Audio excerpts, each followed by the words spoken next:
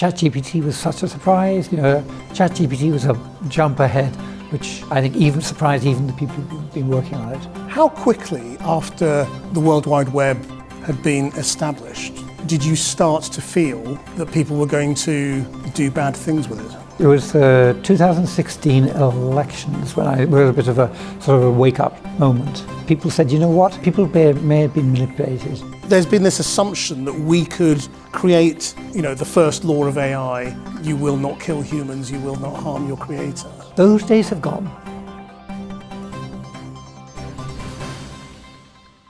Hello and welcome to Ways to Change the World. I'm Krishnan Guru-Murthy, and this is the podcast in which we talk to extraordinary people about the big ideas in their lives and the events that have helped shape them. My guest this week has changed the world in extraordinary ways, and ways you may not even realize that you use day in, day out, whether it's on your personal computer, your mobile phone, or even your television set. Because Sir Tim Berners-Lee is the inventor of the World Wide Web, which underpins pretty much everything we use on the internet. And his book, This Is For Everyone, is a description of his own life. It's autobiographical, but it also examines what has happened to the World Wide Web, how it's been used by social media, where it's going in terms of AI, and how he feels we can build a hopeful, constructive, and good future. So Tim, thank you for coming. This is a really hopeful book, in that you say it is still possible to build a technological world in which we use the internet in good ways for good. So there are people out there, the non-profit people, there are people, open source programmers and so on are out there who are all excited about this idea that they can see a way in which it could be different, it could be better. We could have control of our data, we could have our digital sovereignty. So yeah, I'm excited about this the new future. I mean, the book is called This Is For Everyone, and that was your founding principle. That was the thing I said at the Olympic Games when they gave me the chance of sending a message to everybody in the audience. I said, this is for everyone, yeah. What did you mean by that at the beginning? What were your thinking at the beginning? Because what you've done very, very clearly, actually, and really interestingly in the book, is sort of describe how, this wasn't a sort of a ping moment in which the World Wide Web was conceived. It was a gradual evolution of thinking. But you were always thinking of this in terms of being for the greater good, for public service. And for everybody. It had to be universal. I wanted people to be able to put anything on it. Even when I was sitting there at CERN with a lot of physicists all around me, I felt that the system itself had got to be able to work with anybody. Anybody, you should be able to use it for anything. So having designed it to work for everything, it ended up on more or less everything. Sometimes it seems to have everything on it. So in those very early days, you're there in CERN and you're working on this idea of linking things. At that point, what was your imagination as to where this was going, what it could be? The idea was the web should be something which was very, very read-write. It should be a two-way thing. So you should be able to, any idea you had, you should be able to put into the web, and then anybody else browsing through that part of the web would immediately see that idea, see that link, see that connection to something else. So that was what I wanted to build for my own benefit at first, and then I wanted everybody else to have the power of it. So originally it was a very collaborative system. That was the idea. It was supposed to be creative, collaborative, and compassionate, if you like. But maybe the Web 1.0, to a certain extent, you can say it did feel like that. It felt like a very creative space to be in when originally, even before the first search engines, when people were making blogs and anybody could make a website. What was the first corrupting force? Was it money or credit? Well, I think a lot of people would point to advertising, money, because we didn't get micropayments in the system. We didn't get ways of easily subscribing to things, and so for most people, who just started a blog, then the easiest thing to do was just turn on advertising and select the money. But with advertising itself, that's a perfectly reasonable way of earning a living. And so advertising itself isn't the problem.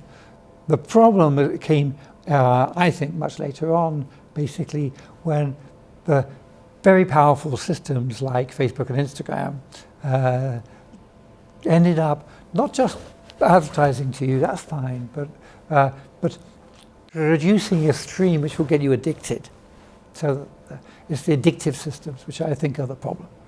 Yes, I mean, again, you explain this very clearly, I think, in the book. What is it that they are doing to keep us using their platforms? When you design something like Instagram, then you have code in the server. Every time you click on something, every time you scroll, there's code in the back end which thinks, what shall I send? What shall I send this guy? And then they look at a huge amount of data they've got at you, and then the way the system is built is trained. It's AI, so it's trained. And it's trained that when you encourage the AI when it's doing something good. And what they do is they encourage the AI when it keeps you on the platform for longer. Now that was a conscious choice. So the AI is trained to keep people on the platform for longer. So it ends up giving them things which make them angry. It could have been trained instead to make them more feel creative or constructive. You could look at to what extent people get involved in collaborative conversations on Instagram instead of getting angry. And then you could, if you had just changed the way the AI works by training it for that, then we would be in a much better position. Would it be as effective? I mean, this takes us to the essence of human nature, doesn't it? Which is that are we just more likely to stay engaged with something when we are angry than when we are creative and happy? No, you're right. We'll be more. So that's why people spend more time on maybe sort of Instagram and TikTok than on Pinterest. But there are places like Pinterest.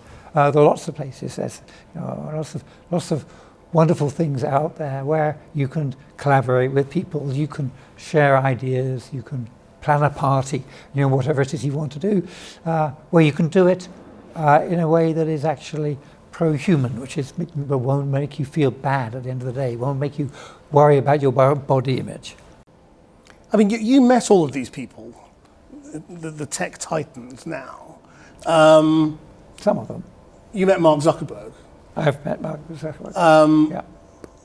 What is your impression of him?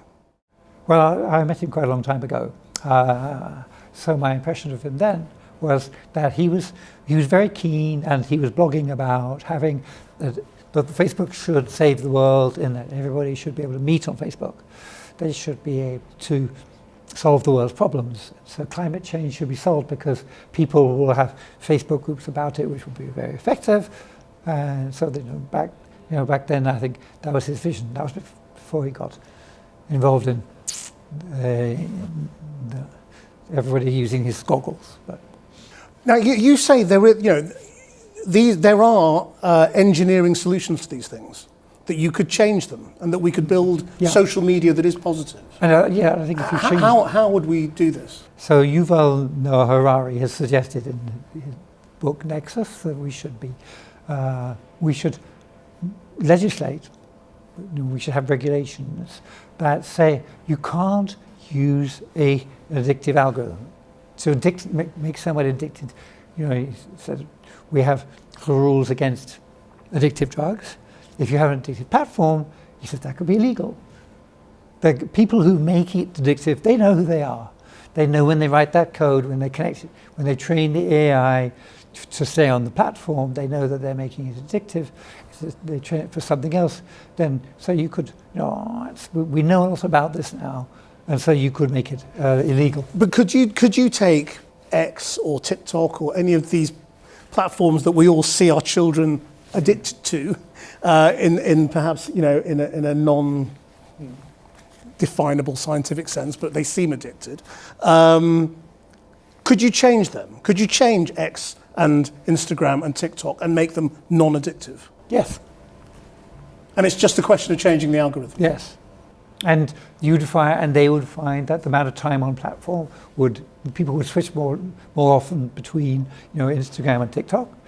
But probably they wouldn't get stuck on one platform, the total amount, but on the other hand, the total amount of engagement could still be very high. The platform could still work. It could still be commercially successful. It could still be commercially successful, I believe. Yes, if you take out the addictive out part of the algorithm and leave in it an algorithm which does encourage people to stay on the platform, but not in an addictive way. How do you think it should be done? Should it be done through law, through regulation? Well, we've spent a long time. I think that's what we got left, because the platforms have had a long time to be able to do that. But also, if you work for Instagram and you're listening to this, maybe you could go to your boss and suggest that we could try tweaking the algorithm to make it less addictive and see what happens. Because I suppose the argument against that is always given is, well, you can't legislate as one country when it comes to the internet, because the internet is global, and even if people are in one country, they can use VPNs and everything else to pretend that they're in another country. So would it be possible to do you think, as an individual, could Britain make the internet in Britain a safer place, a less addictive place, or would the world have to be working together? It would help if the work. It always helps if the different jurisdictions work together. So that's why, like with the. But is that the only way of doing it, or is it possible to do it within jurisdictions? You could do it with a jurisdiction, like when Europe introduced GDPR. That had a huge effect worldwide, even though the general policy privacy guidelines, those had an effect within Europe, but also it meant that even though the laws were even only Europe-wide, it still had a big effect. How quickly after the World Wide Web had been established did you start to feel that people were going to do bad things with it? I think it was the 2016 elections when it was a bit of a sort of a wake-up moment for me and a lot of other people, because when people said that, I was surprised about the elections, but it wasn't the results of the elections that I was concerned about. It was that people said, you know what, it may have been the web that actually led the people to vote. People may have been manipulated by third-party countries, by nation states, or by big companies. May have been manipulated. They may have manipulated the people to vote for things which are not in their best interest. And so that was, I think, that was a turning point. Nick Clegg is out there selling his book at the moment, who used to work for Meta, saying, well, you can't prove, there's no proof that using Facebook would ever change the way people would vote, for example. Clearly, your suspicion is that it did. And if you look at the data that Facebook was gathering on people and marketing, it was very, very specific. Yes, if you look at the marketing materials, if you listen to the Cambridge Analytica people talking, for example, I think it was very clear that all that money wouldn't have been paid to Facebook for advertising by all the various political groups if they didn't think that what people see on Facebook will change how they vote. People might also be surprised that Facebook is the World Wide Web. Can you just explain how all of these apps, where you don't type in a URL or anything, it's still based on your invention, isn't it? So when you go to facebook.com, then you're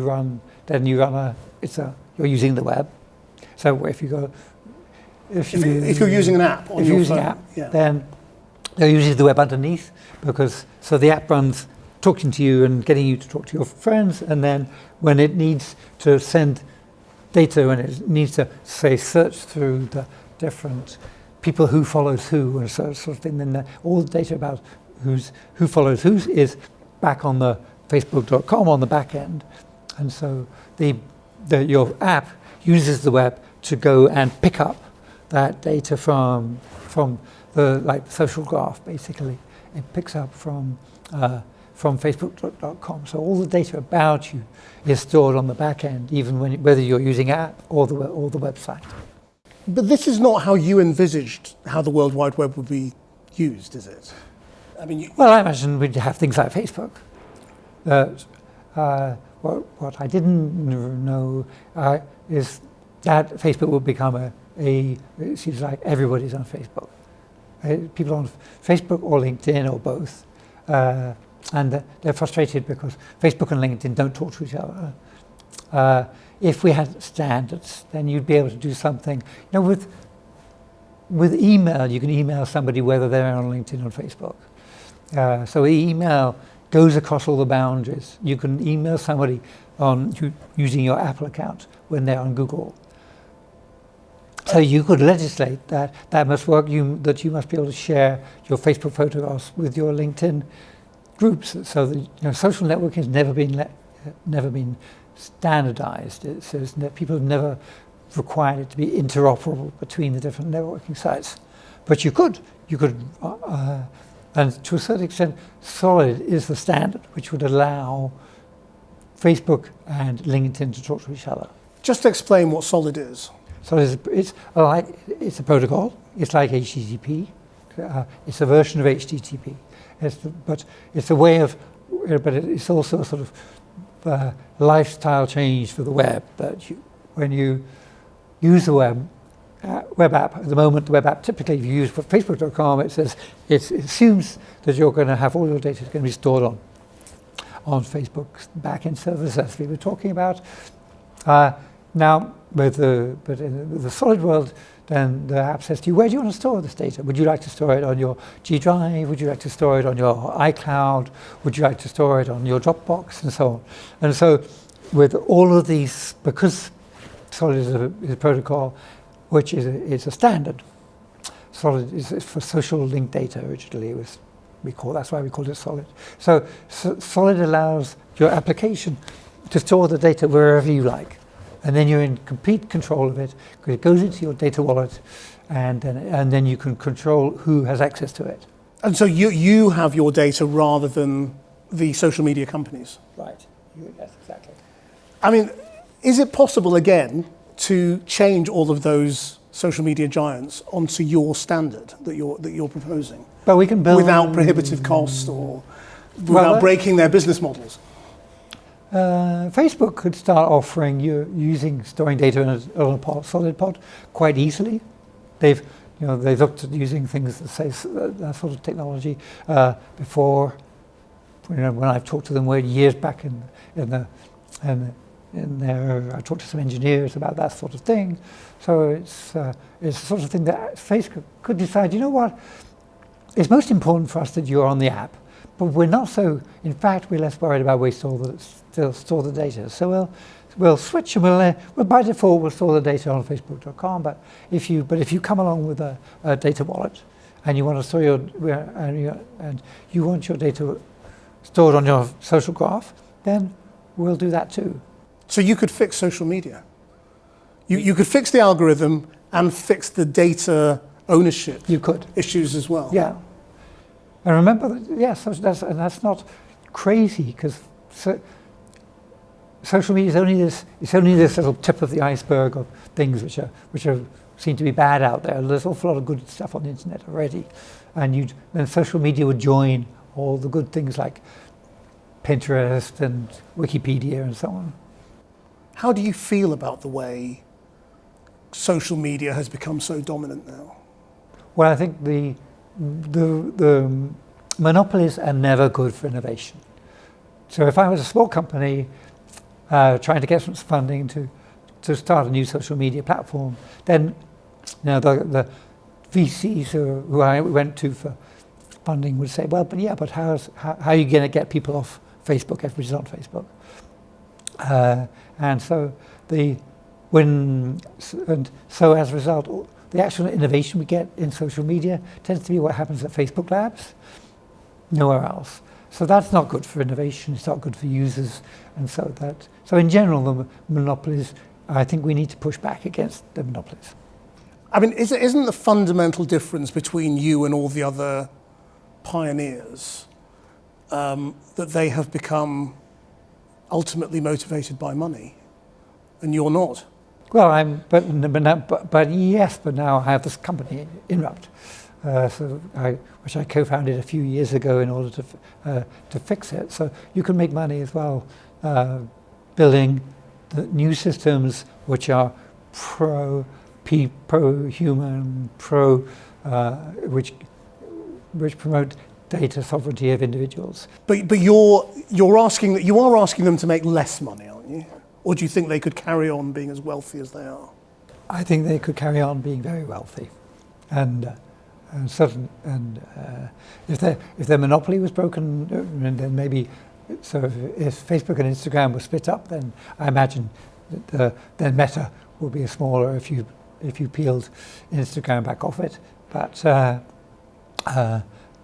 they would all be very healthy businesses if you just got them to store your data in your data wallet instead of in their cloud. So what is Inrupt? Inrupt's a company. It's based it started like 7 years ago or so, and it's Inrupt. It's IN is for innovation, and Rupt is for disruption. So hence, Inrupt.com, and it was started in order to build a new world, and so we've just went ahead and built an enterprise scale, scalable, secure version of a data wallet. And we've got that data wallet is in use by all of the if you're in Flanders and the Flanders government does anything with you on the web, your personal data goes through your data wallet. So the Flanders government. So we've got like 6 or 7 million people out there which have got data wallets and are using Inrupt software behind it to store it for the cloud storage. So I was looking back at our interview 10 years ago, and you were warning us then about the dangers of gathering all this data, and you were saying no system is foolproof.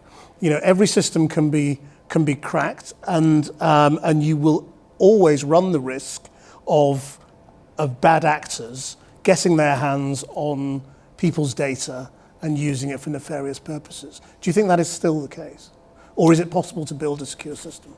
Well, systems like iCloud and Gcloud are sort of compete with solid data wallets.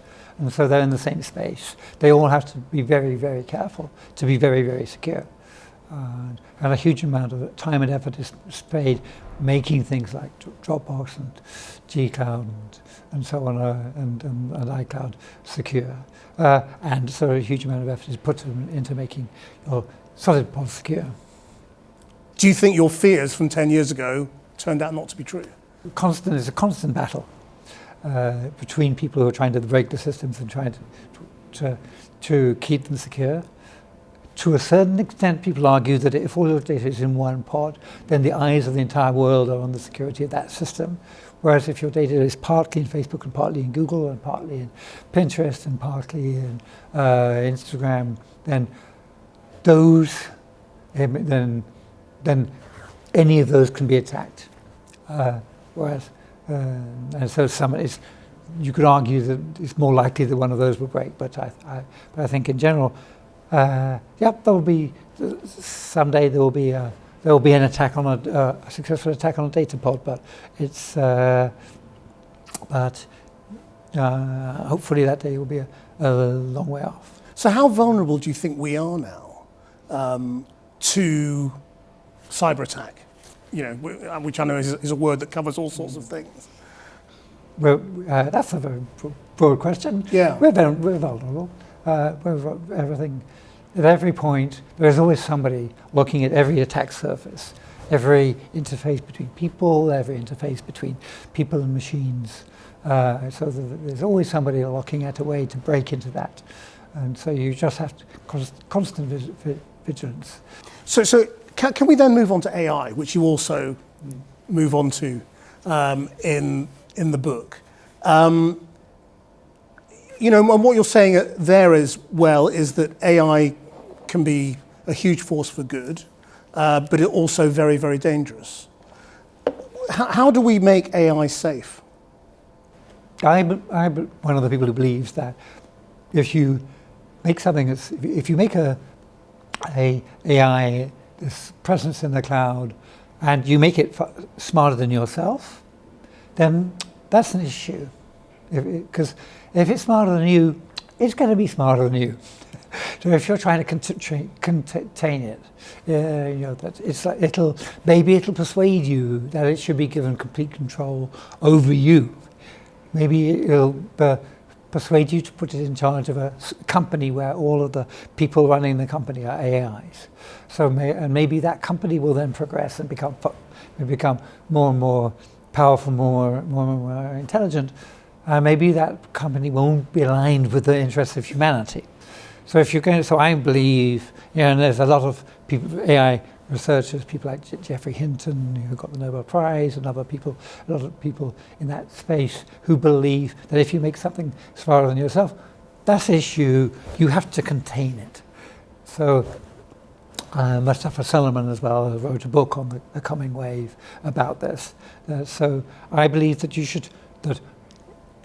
in a way, CERN was a great place to work. CERN was put together to make a place where people would work on nuclear power in a way that internationally people would understand how the atom worked. But there could be safety measures, and so something like CERN for AI, I think, would be a great idea. Would that work, given what you've said?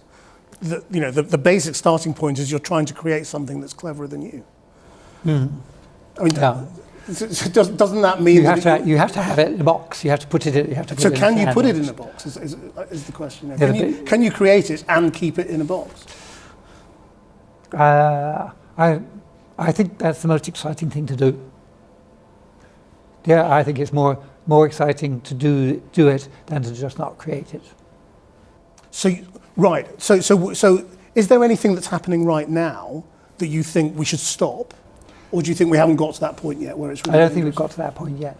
But also, it's very hard to estimate because ChatGPT was such a surprise. ChatGPT was a jump ahead, which I think even surprised even the people who've been working on it. So we can get jumps ahead, which surprise even the people working on them. So is there a danger that we won't, the moment where we sort of cross the red line, if you like, could happen and we don't know?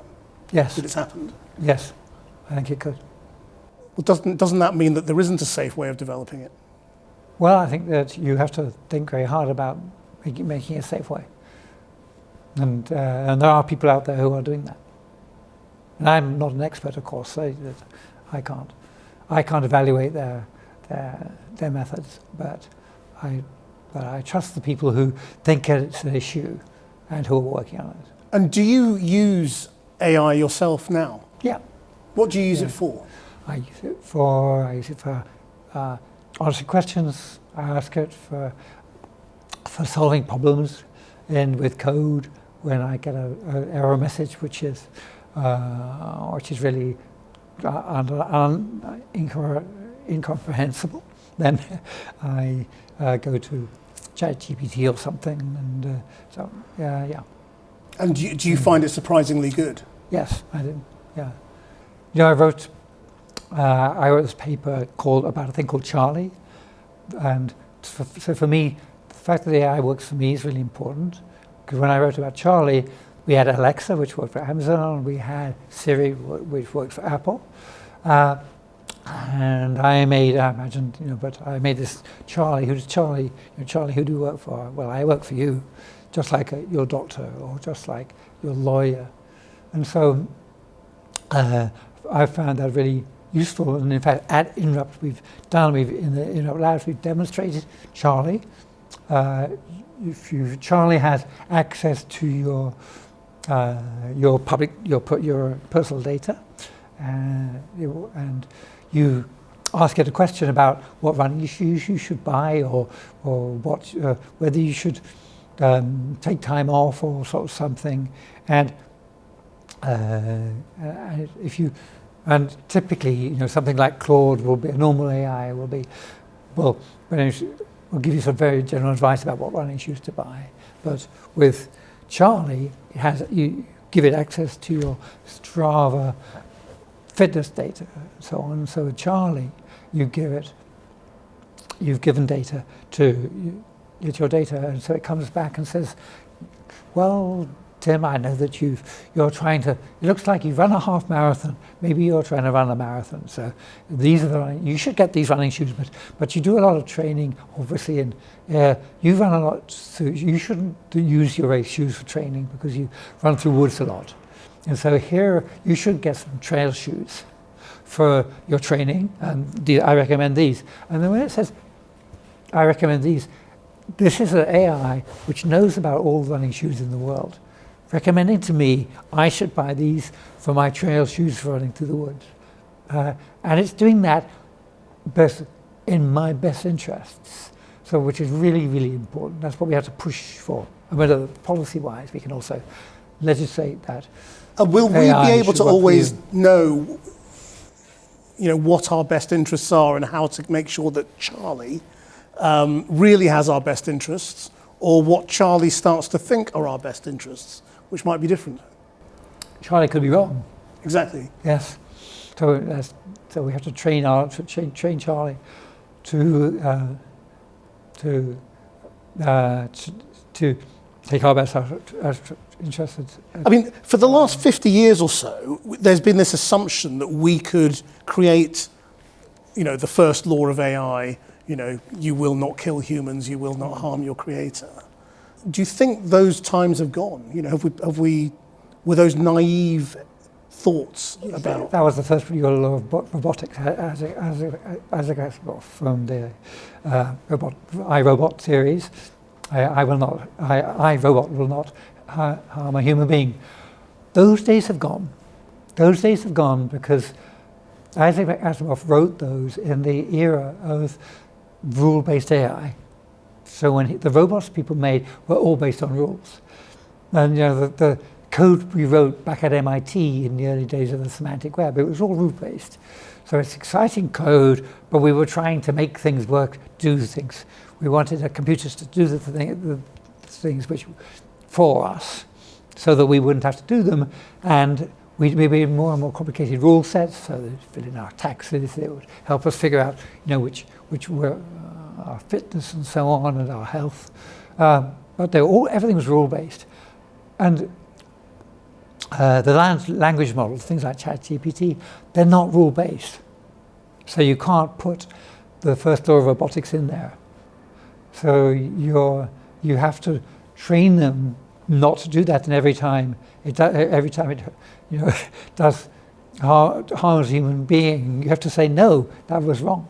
What do you think we should be doing with our kids? I mean, the other thing you talk about, is your childhood in this book, and how you were taught by your parents.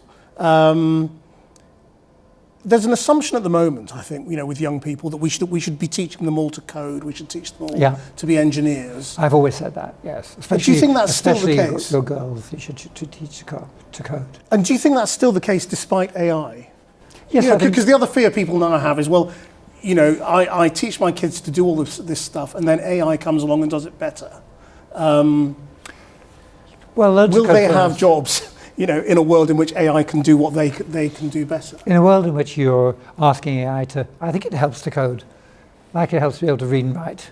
It helps to be able to be creative with English. It helps to be able to explain things. And being able to code is one of the tools which I think is important. When AI is doing a lot of the coding, AI may be doing a lot of the writing essays as well.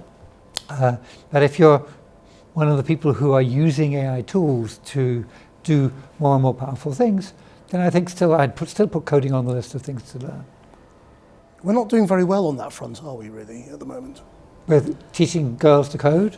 And boys. No, if you're involved in in one of those projects in Africa, in Nigeria or Kenya to teach girls to code, then keep up the good work. We need to spend more time, more effort doing that sort of thing. Ultimately, are you optimistic? I mean, you say you've said clearly there are ways to solve all of these problems, and to develop a better future. Are you hopeful that we will? I am. Yes, I am hopeful. Yes. Even though we're the situation we're in at the moment, but on the other hand, the spirit of the open source community, the people who are building this stuff, is some of the people I've sort of quoted in the book who just they feel it would be so neat if we could get these systems working. Now, I'm going to work on them just because if we did, it would be so good. So yeah, it's that sort of spirit of the open source community. That's what makes me. And we spent this conversation talking about all the ways in which you could change the world, and have changed the world. Yeah. If you could, been there, done that. Yeah. if you could do one now, what would it be? If you could change things with one fell swoop. I think, well, I would introduce a solid. I would say that I would get all of the apps that people are building, the collaborative apps, to work with the data pods. That would mean that people, when people will be able to share things with anybody, whether they were on LinkedIn or Facebook. It would be as though Facebook and LinkedIn were all merged together. They would be able to run apps, which they'd be able to run different apps. So, for example, because they have a choice of apps, which would, for example, suppose they use one app for making a slideshow, and then their children, they send a pointer to the slideshows on the web. They share it with their kids and their family and friends, and then the family and friends would all go to the slideshow, but each one would use a different app for actually viewing the slideshow or editing the slideshow, because the slideshow will be this standard thing out there stored in their data pod. But what do you think it is that makes you and people like you driven by this is for everyone and public service, and some of you are clearly driven by personal wealth and power? Once you get on once you get on one track, then it's hard to get off it.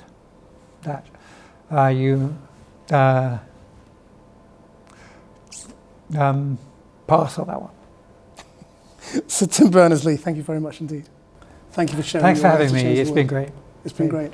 My I hope you enjoyed watching that. If you did, then give us a rating and a review, and then other people will find the podcast.